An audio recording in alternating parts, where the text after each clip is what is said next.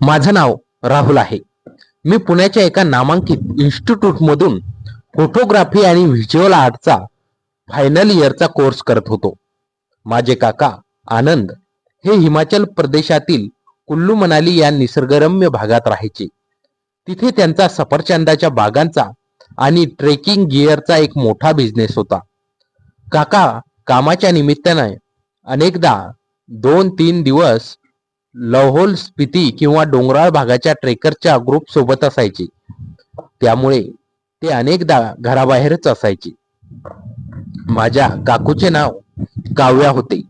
तिचे वय साधारण 28 वर्ष होतं. काकू काव्या दिसायला अत्यंत सुंदर, मॉडर्न आणि अतिशय हुशार होती. ती मूळची शिमलाची होती.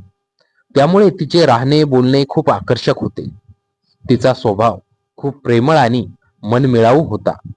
कॉलेजच्या शेवटच्या प्रोजेक्टसाठी मला हिमालयन लँडस्केप्सवर एक फोटो सिरीज बनवायची होती. बाबांनी मला सुचवले, राहुल, कुल्लूला काकांकडे जा. तिथे तुझा प्रोजेक्टही पूर्ण होईल आणि बऱ्याच दिवसांत तू काका काकूंना भेटलाच नाही, तेही काम होईल. त्यानुसार मी माझा कॅमेरा आणि सामान घेऊन कुल्लूच्या ट्रेन आणि बस प्रवासाला निघालो.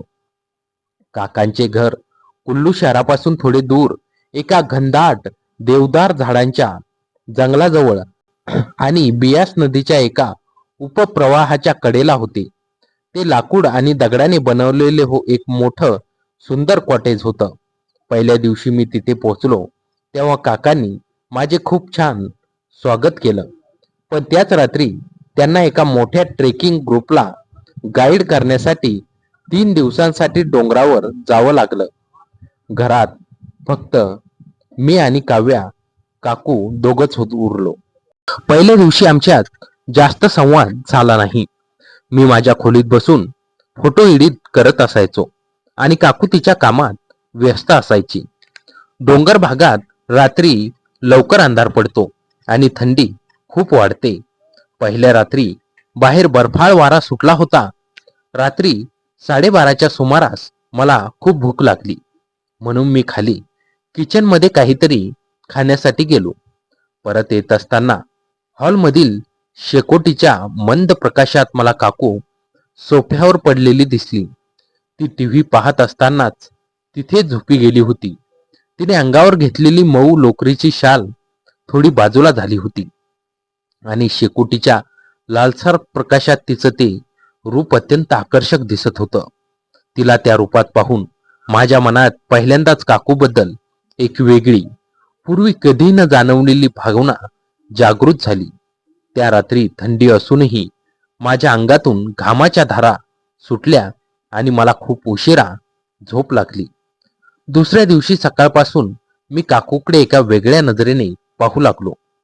दुपारी काकू कॉटेजच्या बाल्कनीत उभी राहून नदीकडे पाहत कॉफी पित होती.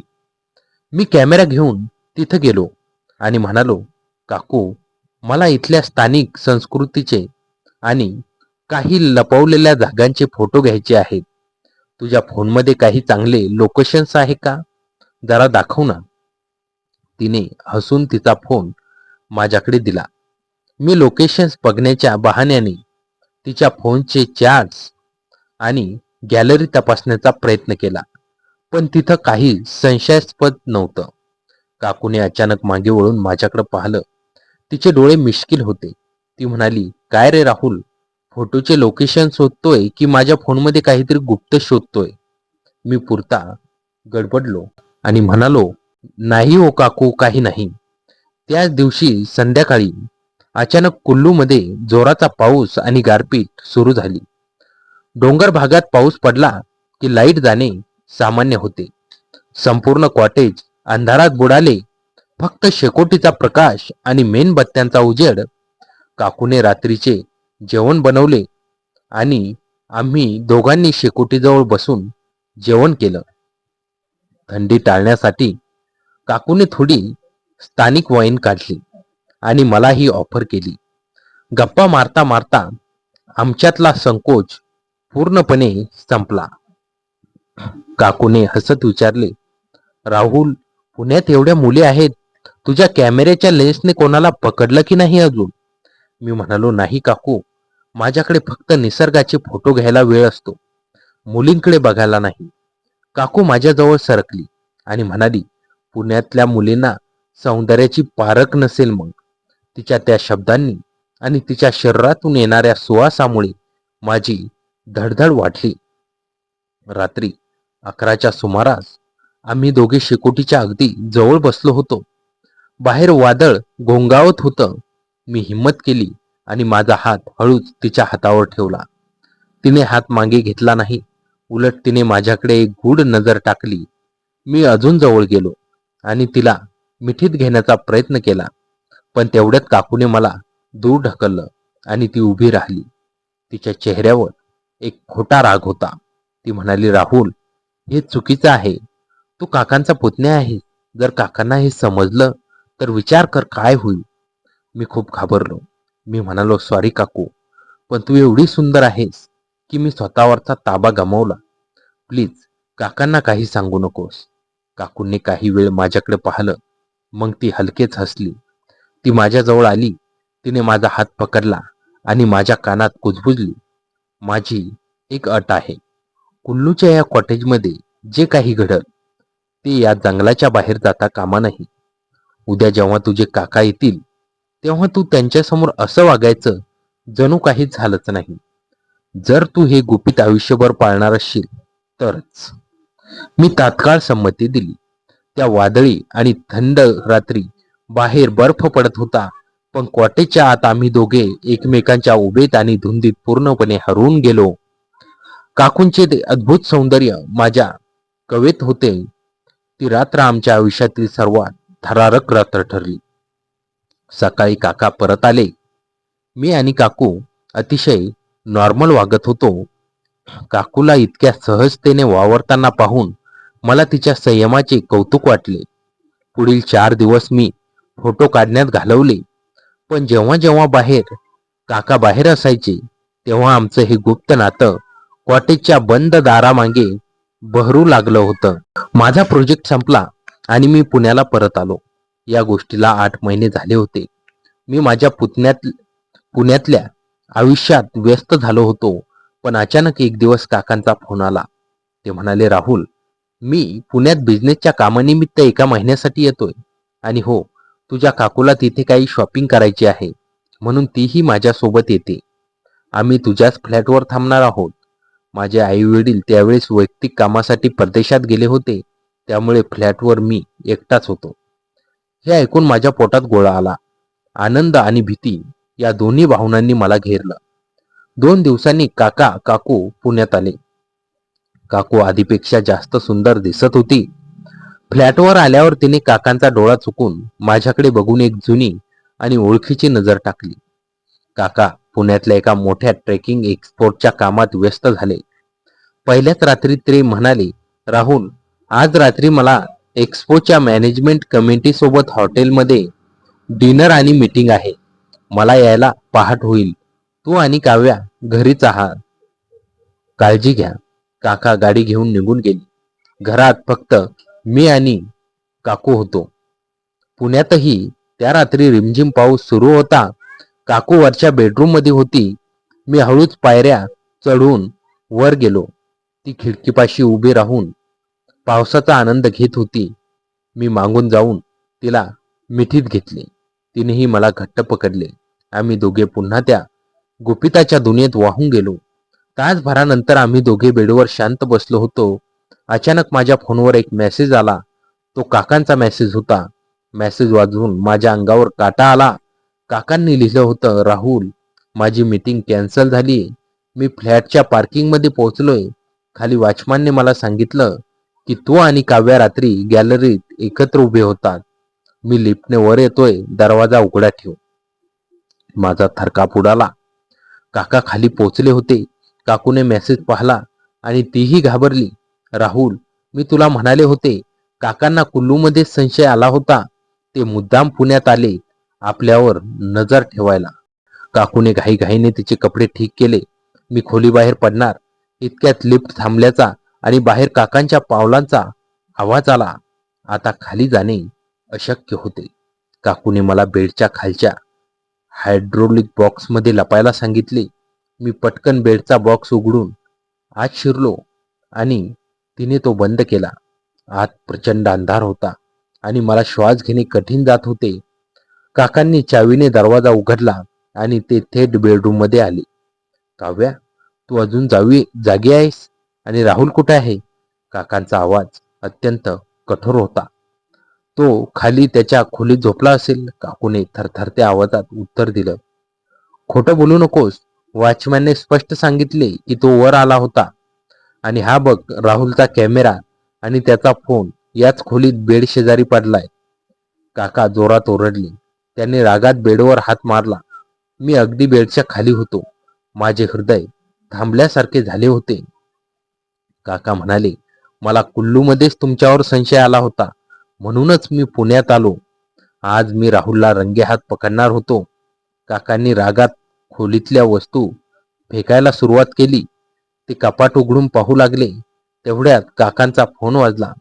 त्यांच्या बिझनेस पार्टनरचा फोन होता, ज्याने सांगितलं की पार्किंगमध्ये काकांच्या गाडीला एका दुसऱ्या गाडीने जोरात धडक दिली आहे आणि तिथे वाद सुरू आहे. काका रागाने फोन ठेवून, मी 2 मिनिटात येतो. राहुल कुठेही असला तरी आज मी त्याला सोडणार नाही, असं म्हणून वेगाने खाली निघून गेले. काका खाली जाताच काकूने पटकन बेडचा बॉक्स उघडला. मी धापा टाकत बाहेर आलो. राहुल, हीच संधी आहे. तू आत्ताच्या आता या फ्लॅटमधून बाहेर पड. काका खाली पार्किंगमध्ये आहे. तू मागच्या जिन्याने पड, काकू म्हणाली. मी माझा फोन आणि कॅमेरा घेतला आणि मागच्या जिन्याने धावत खाली आलो. पाऊस जोरात होता. मी सोसायटीच्या मागच्या गेटने बाहेर पडलो आणि सरळ एका मित्राच्या रूमवर गेलो. त्या रात्री मी तिथेच थांबलो. माझ्या मनात विचार येत होते की उद्या सकाळी मी जेव्हा घरी जाईन तेव्हा काका माझा खूनच करतील. दुसऱ्या दिवशी मी सकाळी अत्यंत भीतीने आणि थरथरत्या पावलांनी मी फ्लॅटवर परतलो. मी दाराची बेल वाजवली. दरवाजा काकूने उघडला. तिच्या चेहऱ्यावर कोणताही राग किंवा भीती नव्हती. उलट ती खूप शांत होती. मी आत गेलो तर हॉलमध्ये काका बसले होते. त्यांच्यासमोर काही कागदपत्रे होती. मला पाहून काका हसले. अरे हो. त्याच्या चेहऱ्यावर रात्रीचा तो राग नव्हता, तर एक संत हसू होतं. काका म्हणाले, या राहुल, बस. तुझीच वाट पाहत होतो.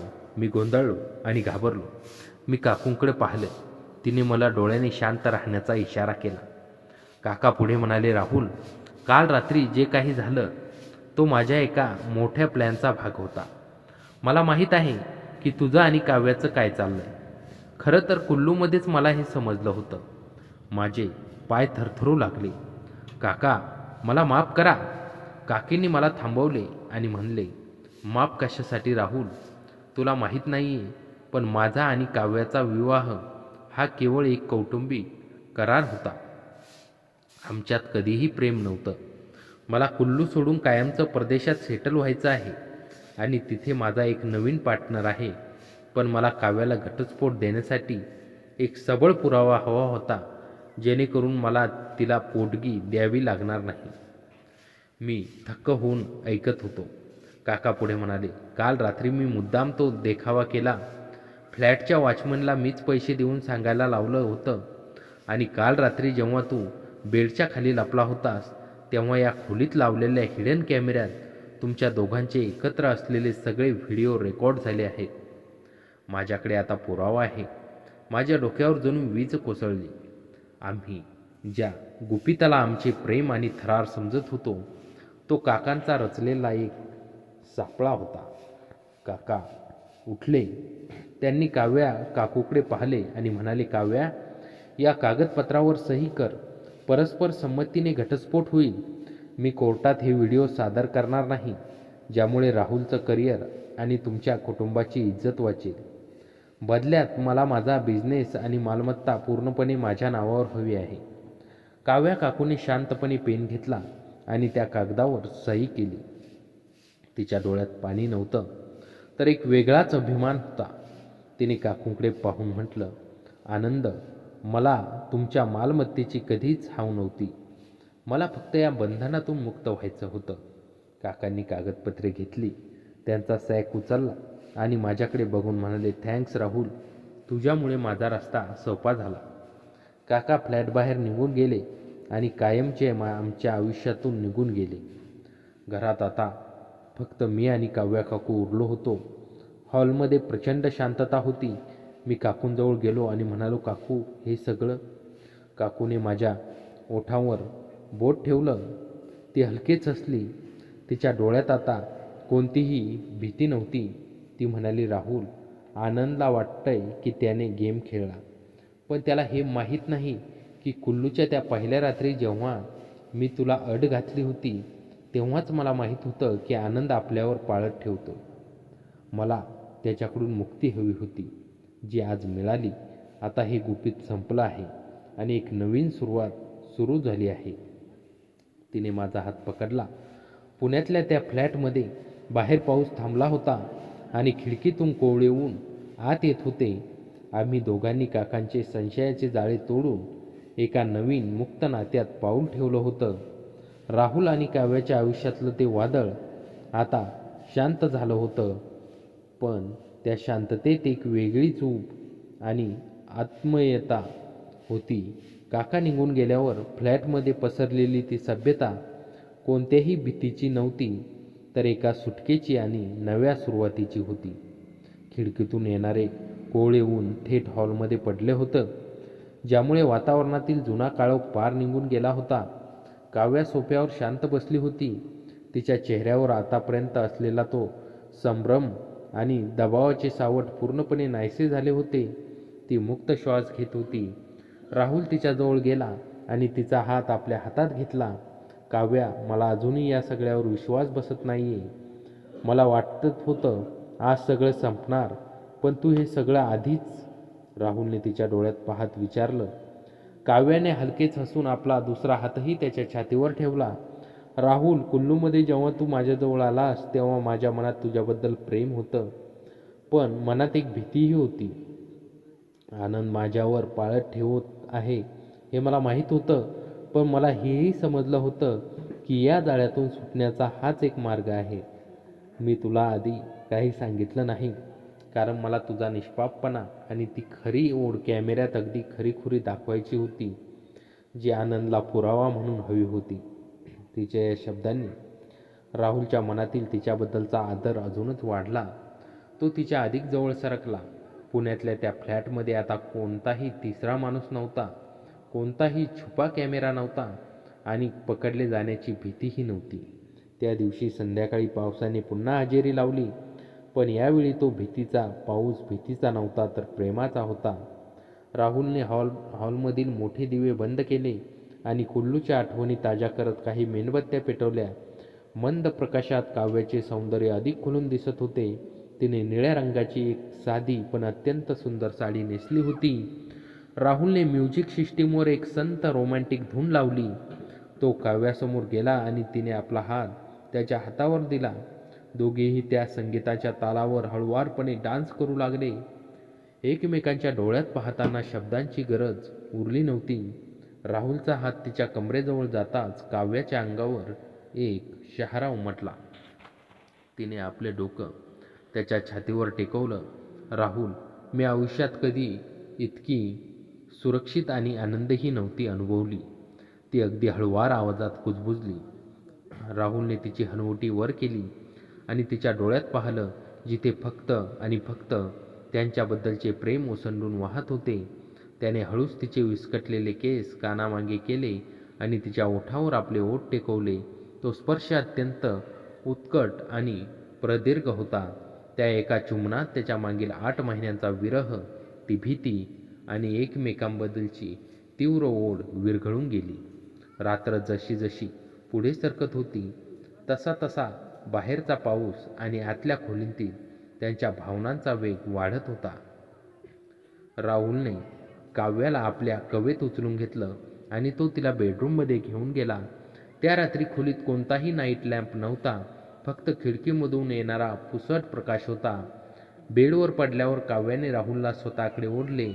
कुल्लूची ती रात्र एका अटीच्या बंधनात होती, पण आजची रात्र पूर्णपणे मुक्त होती. एकमेकांच्या श्वासांची गती वाढली होती. राहुलच्या हातांचा स्पर्श काव्याच्या शरीरावर होताच ती स्वतःला पूर्णपणे विसरून त्याच्या धुंदीत हरवून गेली. त्या संपूर्ण रात्री त्यांनी एकमेकांना इतकं कवेत घेतलं की जणू त्यांच्यातील अंतर कायमचे संपून गेलं होतं. सकाळी जेव्हा राहुलला जाग आली तेव्हा पावसाचा आवाज थांबला आणि पक्ष्यांचा किलबिलाट सुरू झाला होता. त्याने बाजूला पाहिलं. काव्या अजूनही त्याच्या छातीवर हात ठेवून शांत झोपली होती. तिच्या चेहऱ्यावर एक समाधानाचे हसू होते. राहुलने तिच्या कपाळावर एक हलके चुंबन घेतलं. काव्याने हळूच डोळे उघडले आणि ती राहुलकडे बघून हसली. शुभ प्रभात राहुल. शुभ प्रभात माझी काव्या. आता कोणतीही अट नाही आणि कोणतंही गुपित नाही. राहुल तिला जवळ ओढत म्हणाला. त्या नवीन सकाळी पुण्यातल्या त्या घरात त्यांच्या प्रेमाचा एक नवा आणि हवाहवासा प्रवास अधिकृतपणे सुरू झाला होता, जिथे आता फक्त त्यांचा एकत्र राहण्याचा आनंद आणि एकमेकावरचे अथांग प्रेम होते. पुण्यातील त्या फ्लॅटमध्ये सुरू झालेली ती नवी सकाळ राहुल आणि काव्याच्या आयुष्यात एक नवा प्रकाश घेऊन आली होती. काकांचा तो भीतीदायक धडाका आणि त्यानंतर समोर आलेले त्यांचे कपटी कारस्थान आता भूतकाळ बनलं होतं. पण या नव्या स्वातंत्र्यासोबतच त्यांच्यासमोर एक मोठं आव्हान होतं. ते म्हणजे या नव्या मुक्त नात्याला भविष्याची एक नवी दिशा देणं. काका निघून गेल्यानंतरचे पहिले काही दिवस अत्यंत शांततेत गेले. राहुलच्या आईवडिलांना परदेशातून परत यायला अजून 2 आठवड्यांचा अवधी होता. त्यामुळे तोपर्यंत या फ्लॅटमध्ये ते दोघेच होते. आता त्यांच्यावर पाळत ठेवणारा कोणी नव्हता की खोलीच्या दारावर अचानक होणारी ती भयानक थाप नव्हती. एक दिवस दुपारी राहुल हॉलमध्ये बसून त्यांच्या कॉलेजच्या शेवटच्या प्रोजेक्टचे फोटो सॉर्ट करत होता. काव्या किचनमधून दोघांसाठी कॉफी घेऊन आली. तिने कॉफीचा कप टेबलवर ठेवला आणि राहुलच्या लॅपटॉपच्या स्क्रीनकडे पाहू लागली. स्क्रीनवर कुल्लू मनालीच्या त्या बर्फाच्छादित पर्वतांचे आणि देवदार वृक्षांचे फोटो होते. किती सुंदर आहेत ना हे फोटो राहुल, काव्या त्याचे कौतुक करत म्हणाली. या फोटोमध्ये एक जिवंतपणा आहे. राहुलने तिचा हात पकडला आणि तिला आपल्या शेजारी बसून घेतलं. हे फोटो फक्त सुंदर नाही आहेत काव्या, यात आपली एक वेगळी कथा लपलेली आहे. याच पर्वतांच्या सावलीत आपण पहिल्यांदा एकमेकांच्या जवळ आलो होतो. काव्याने आपले डोके राहुलच्या खांद्यावर टेकवले. हो राहुल, पण आता आपल्याला पुढचा विचार करायला हवा. आनंदने जरी कागदपत्रावर सह्या केल्या असल्या तरी कोर्टाची प्रक्रिया पूर्ण व्हायला काही महिने लागतील. तोपर्यंत आपल्याला समाजात आणि तुझ्या कुटुंबासमोर खूप सांभाळून राहावं लागेल. राहुलला तिच्या चिंतेची जाणीव होती. तो म्हणाला, तू काळजी करू नकोस.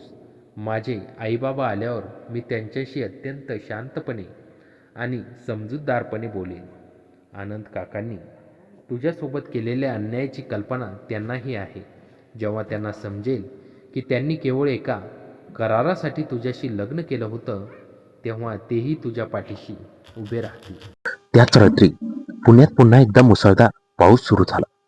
खिडकीवर पडणाऱ्या पावसाच्या थेंबांचा तो संत आवाज वातावरणात एक वेगळीच धुंदी निर्माण करत होता. राहुलनं ठरवलं की आजची संध्याकाळ ते दोघे पूर्णपणे एकमेकांसाठी जगणार. त्याने हॉलमधील सर्व लाईट्स बंद केले आणि टीव्हीच्या शेजारी काही सुवासिक मेणबत्त्या पेटवल्या. मेणबत्त्यांच्या त्या पिवळसर मंद प्रकाशात संपूर्ण हॉल एखाद्या राजवाड्यासारखा भासू लागला. काव्या बेडरूम मधून बाहेर आली तेव्हा राहुल तिकडे पाहतच राहिला. तिने गडद लाल रंगाची पैठणी साडी नेसली होती. केस मोकळे सोडले होते आणि कानात छोटे झुमके घातले होते. तिचे ते पारंपरिक रूप तिच्या मॉडर्न व्यक्तिमत्वाला एक वेगळाच उजाळा देत होते. आज काही विशेष तयारी दिसते, काव्यानं हसून विचारलं. राहुल तिच्या जवळ गेला. त्याने तिच्या कमरेभोवती हात वेढला आणि तिला स्वतःकडे ओढले. विशेष काही नाही, फक्त आज मला माझ्या आयुष्यातील सर्वात सुंदर व्यक्तीसोबत हा पाऊस अनुभवायचा आहे. त्याने म्युझिक सिस्टीमवर जगजीत सिंग यांची एक संत गझल लावली. गझलचे सूर आणि पावसाचा आवाज एकत्र येऊन वातावरणात एक अजब जादू पसरली. राहुलच्या हाताचा टच होता काव्याच्या अंगावर एक शहारा उमटला. तिने आपले हात त्याच्या गळ्याभोवती टाकले. दोघेही अत्यंत शांत गतीने डान्स करू लागले. मेणबत्तीच्या प्रकाशात काव्याचे डोळे चमचमत होते. राहुलने तिच्या चेहऱ्यावर आलेली केसांची बट हळूच मागे केली. त्याचा अंगठा तिच्या ओठावरून फिरला तेव्हा तिचे श्वास वेगाने चालू झाले. राहुलने अधिक वेळ न घालवता आपले ओठ ओठावर टेकवले. ते चुंबन कोणत्याही घाईशिवाय अत्यंत उत्कंठ आणि दीर्घ होतं. कुल्लूच्या त्या कॉटेजमधील भीती आणि पुण्याच्या फ्लॅटमधील दडपण या सगळ्यानंतर मिळालेला हा पहिलाच मुक्त एकांत होता. राहुलने काव्याला हळूच आपल्या कवेत उचलून घेतले आणि तो तिला बेडरूम मध्ये घेऊन गेला. बेडरूमच्या खिडकीतून बाहेरचा पाऊस आणि विजेचा लखलखाट दिसत होता. राहुलने तिला बेडवर निजवले आणि झुकला. त्या रात्री त्यांच्यात कोणतेही अंतर नव्हते. साडीच्या घड्या सुटत गेल्या आणि दोन शरीर एकमेकात विरघळून गेली. राहुलच्या ओठांचा आणि हातांचा टच काव्याच्या प्रत्येक भागाला एक नवा अनुभव देत होतं. तिनं आपले नख पाठीवर उमटवले, जणू ते या क्षणाला कायमचे स्वतः कैद करत होती. रात्रीचा प्रत्येक पहर त्यांच्यातील अधिक जवळीक घट्ट करत होता. ती रात्र शारीरिक आकर्षणाची नव्हती, तर दोन आत्मे एकमेकांमध्ये पूर्णपणे समर्पित होण्याचा तो एक पवित्र सोहळा होता. पहाटेच्या सुमारास जेव्हा पाऊस ओसरला तेव्हा दोघंही एकमेकांना मिठी मारून शांत झोपले होते. काव्याचे डोके राहुलच्या छातीवर होते आणि तिचा हात त्याच्या हातामध्ये अडकलेला होता. सकाळी जेव्हा सूर्यकिरण खिडकीच्या पडद्यामधून आत आले तेव्हा राहुलला जाग आली. त्याने पाहिले की काव्य आधीच जागी झाली होती आणि बेडवर कुशीवर ठेवून अत्यंत प्रेमाने त्याच्याकडे पाहत होती. कधीपासून जागी आहेस? राहुलने विचारले. बऱ्याच वेळापासून. तुला असं शांत झोपलेलं बघण्यात एक वेगळंच सुख आहे, काव्या त्याची केस कुरवाळत म्हणाली. राहुलने तिच्या कपाळावर चुंबन घेतलं आणि तिला अधिक जवळ ओढलं. आता इथून पुढे प्रत्येक सकाळ अशीच असणार आहे. आपण लवकरच कोर्टाची प्रक्रिया समजून कायदेशीररित्या एकत्र येऊ. काव्याच्या डोळ्यात आनंद अश्रू आले. हो राहुल, आनंदने रचलेला तो सापळा खरं तर आपल्यासाठी एक वरदान ठरला. त्याने आपल्याला दूर करण्यासाठी तो खेळ खेळला, पण त्याच खेळामुळे आपण नेहमीसाठी एकत्र आलो. दोघेही बेडरूम मधून उठले आणि बाल्कनीत आले. पुण्याच्या हवेत एक छान गारवा होता आणि झाडांची पाने पावसाच्या पाण्याने धुतली जाऊन अधिक हिरवीगार दिसत होती. राहुलने काव्याच्या खांद्यावरून शाल पांघरली आणि स्वतःच्या तिच्या पाठीशी उभा राहिला. काकांचे ते संशयाचे जाळे आता पूर्णपणे नष्ट झाले होते आणि त्या जाळ्यातून मुक्त होऊन या दोघांनी प्रेमाच्या अशा आकाशात झेप घेतली होती जिथे आता फक्त त्यांचा आनंद आणि एकमेकांवरचा अथांग विश्वास होता. बाल्कनीतून दिसणारे ते पुण्याचे धुवून निघालेले रस्ते आणि कोवळे ऊन जणू राहुल आणि काव्याच्या आयुष्यातील एक नव्या अध्यायाची साक्ष देत होते. काकांचे ते संशयाचे जाळे आणि त्यांनी रचलेला सापळा आता त्यांच्या मार्गातील अडथळा राहिला नव्हता, तर तो त्यांच्या मुक्ततेचा पाया बनला होता. पण या नव्या स्वातंत्र्यानंतरही खऱ्या आयुष्यातील जबाबदाऱ्या आणि भविष्याचा मार्ग त्यांच्या समोर उभा होता. 2 आठवड्यांचा काळ कसा निघून गेला हे दोघांनाही समजलं नाही. या दिवसात त्यांनी भविष्यातील कायदेशीर बाबीवर चर्चा केली आणि वकिलांचा सल्ला घेऊन घटस्फोटाची प्रक्रिया कायदेशीररित्या कशी पुढे न्यायची याचे नियोजन केले. अखेर तो दिवस आला जेव्हा राहुलचे आई वडील परदेशातून परतणार होते. राहुलच्या मनात थोडी धाकधूक होती, कारण आपल्याच काकांच्या पत्नीसोबत म्हणजेच काकूसोबत असलेल्या या नात्याचा स्वीकार त्याचे आई वडील कसा करतील हा मोठा प्रश्न होता. पण काव्याने त्याला धीर दिला. संध्याकाळी जेव्हा त्याचे आई बाबा घरी आले तेव्हा राहुलने आणि काव्याने त्यांना हॉलमध्ये एकत्र बसवलं. राहुलने कोणत्याही गोष्टीचा पडदा न ठेवता कुल्लू मनालीमध्ये काकांनी काव्यासोबत केलेल्या छळापासून ते पुण्याच्या फ्लॅटमध्ये काकांनी रचलेले त्या छुप्या कॅमेऱ्याच्या सापळ्यापर्यंतची सर्व हकीकत बाबांसमोर मांडली. काकांनी केवळ एका व्यावसायिक फायद्यासाठी आणि मालमत्तेसाठी काव्याचा कसा वापर केला आणि तिला फसवून स्वाक्षऱ्या घेतल्या हे ऐकून राहुलच्या वडिलांचा चेहरा रागाने लाल झाला. काही वेळ हॉलमध्ये प्रचंड शांतता पसरली. राहुलचे बाबा सोफ्यावरून उठले. त्यांनी काव्याच्या डोक्यावर हात ठेवला आणि म्हणाले, काव्या, आनंदनं जे केलं ते अत्यंत निंदनीय आहे. त्याने केवळ एका निष्पाप मुलीच्या आयुष्याचा खेळ केला नाही, तर संपूर्ण कुटुंबाच्या विश्वासाला तडा दिलाय. या सगळ्यामध्ये तुझी काहीच चूक नाही. राहुलने या दलदलीतून बाहेर काढलं याचा मला सार्थ अभिमान आहे. आम्ही तुमच्या या निर्णयाशी गंभीरपणे तुमच्या पाठीशी उभे आहोत. बाबांच्या या शब्दांनी काव्याच्या डोळ्यातून आनंद अश्रू वाहू लागले. तिनं राहुलकडे पाहिलं आणि तिच्या चेहऱ्यावर एक प्रचंड मोठं ओझं उतरल्याचं समाधान दिसलं. सगळ्या गोष्टी सुरळीत झाल्यानंतर राहुलने आणि काव्याने आपल्या या नात्याला एका अधिकृत बंधनात बांधण्याचे ठरवले. कोर्टाच्या प्रक्रियेला थोडा वेळ लागणार होता, तरीही त्याच्या मनाचे बंध कधीच एकत्र आले होते.